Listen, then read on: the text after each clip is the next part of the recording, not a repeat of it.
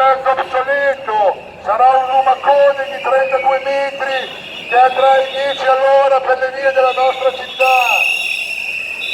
Delle cose semplici, come chiamare un'ambulanza, chiamare i mezzi di soccorso o fare un semplice trasloco, sarà impossibile se passerà questo progetto, perché ci saranno come minimo 8 anni di cantieri.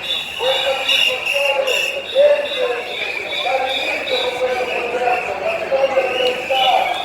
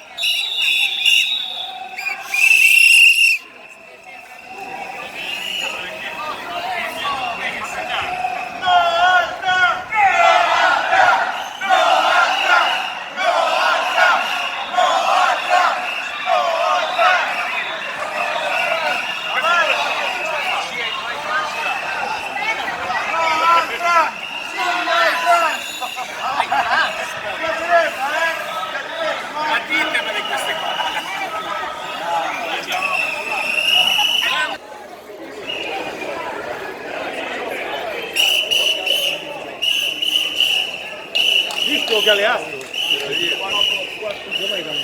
Lì dietro, sulla destra.